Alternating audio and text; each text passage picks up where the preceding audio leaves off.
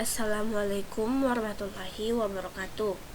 Perkenalkan, nama saya Amelia Rahmayani dengan NIM 2011-3004, Prodi Akuntansi. Di sini saya akan menjelaskan beberapa hal tentang auditing yang akan kita pelajari hari ini.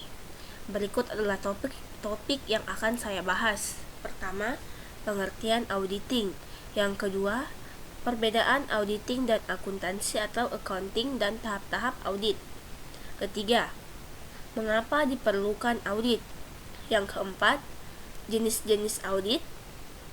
Yang kelima, profesi akuntan di Indonesia dan di negara lain. Yang keenam, peer review. Pertama itu ada pengertian auditing. Auditing adalah suatu pemeriksaan yang dilakukan secara kritis dan sistematis oleh pihak yang independen terhadap laporan keuangan yang telah disusun oleh manajemen beserta catatan-catatan pembukuan dan bukti-bukti pendukungnya dengan tujuan untuk dapat memberikan pendapat mengenai kewajaran laporan keuangan tersebut. Yang kedua itu ada perbedaan auditing dan akuntansi atau accounting dan tahap-tahap audit. Perbedaan auditing dan akuntansi atau accounting. Pertama, auditing mempunyai sifat yang analitis.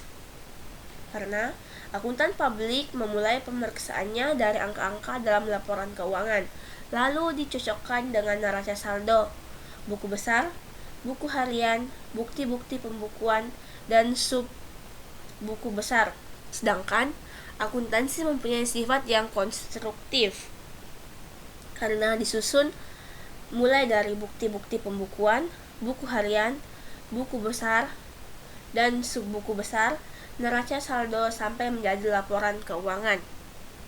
Yang kedua, akuntansi dilakukan oleh pegawai perusahaan atau bagian akuntansi dengan berpedoman pada SAK.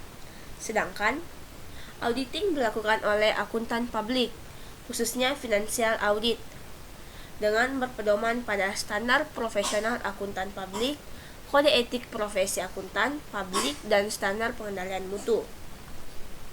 Adapun tahap-tahap audit, yang pertama, kantor akuntan publik atau KAP dihubungi oleh calon pelanggan atau klien yang membutuhkan jasa audit. Yang kedua, KAP membuat janji untuk bertemu dengan klien untuk membicarakan alasan perusahaan untuk mengaudit laporan keuangannya. Yang ketiga, KAP mengajukan surat penawaran atau audit proposal yang berisi jenis jasa yang diberikan, besarnya biaya audit, kapan audit dimulai, kapan laporan harus diserahkan, dan lain-lain. Yang keempat, KAP melakukan audit fields atau pemeriksaan lapangan di kantor klien. Yang terakhir, KAP juga diharapkan memberikan manajemen letter. Manajemen letter di sini memberitahukan kepada manajemen mengenai kelemahan pengendalian internal perusahaan dan saran-saran perbaikannya. Mengapa diperlukan audit?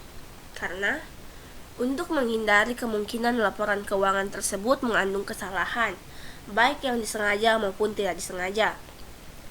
Kedua, laporan keuangan telah diaudit dan mendapat opini unqualified atau wajar tanpa pengecualian dari KAP. Adapun jenis-jenis audit yang ditinjau dari luasnya pemeriksaan. Yang pertama, ada pemeriksaan umum atau general audit.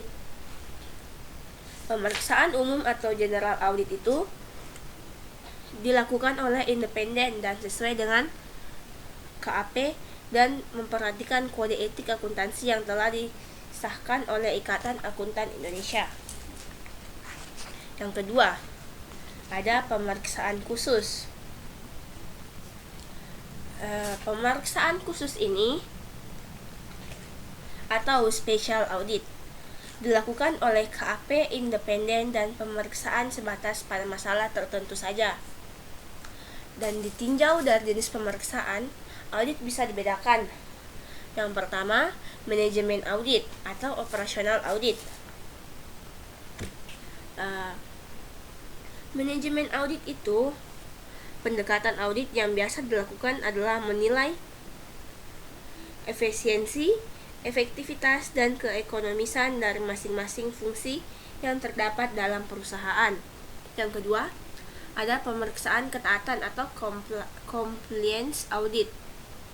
Pemeriksaan ini dilakukan untuk mengetahui apakah perusahaan sudah menaati peraturan dan kebijakan yang berlaku, baik yang ditetapkan oleh pihak internal maupun eksternal. Yang ketiga ada pemeriksaan internal atau internal audit. Internal audit ini berisi temuan pemeriksaan atau audit finding mengenai penyimpangan dan kecurangan yang ditemukan, kelemahan pengendalian internal, beserta saran-saran perbaikannya. Yang terakhir, ada komputer audit. Pemeriksaan oleh KAP terhadap perusahaan yang memproses data akuntansinya dengan menggunakan Electronic Data Processing (EDP) System. Profesi akuntan di Indonesia dan di negara lain. Untuk bisa memperoleh izin praktek sebagai akuntan publik, seorang akuntan harus memenuhi beberapa syarat yang ditentukan Departemen Keuangan.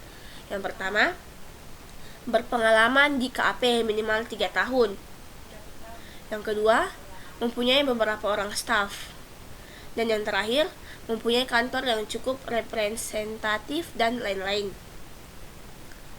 Nah, yang terakhir itu adalah peer review. Peer review adalah suatu penelaahan yang dilakukan terhadap kantor akuntan publik untuk menilai apakah kantor akuntan publik tersebut telah mengembangkan secara memadai kebijakan dan prosedur pengendalian mutu sebagaimana yang disyaratkan dalam Standar Pengendalian Mutu nomor 1 yang ditetapkan oleh Ikatan Akuntan Publik Indonesia. Adapun manfaat dari peer review ini untuk meningkatkan sistem kerja yang lebih efisien serta meningkatkan kredibilitas kantor akuntan publik yang bersangkutan. Cukup sekian dari saya, kurang dan lebihnya mohon dimaafkan. Akhirul kalam, wabillahi taufiq wal hidayah. Assalamualaikum warahmatullahi wabarakatuh.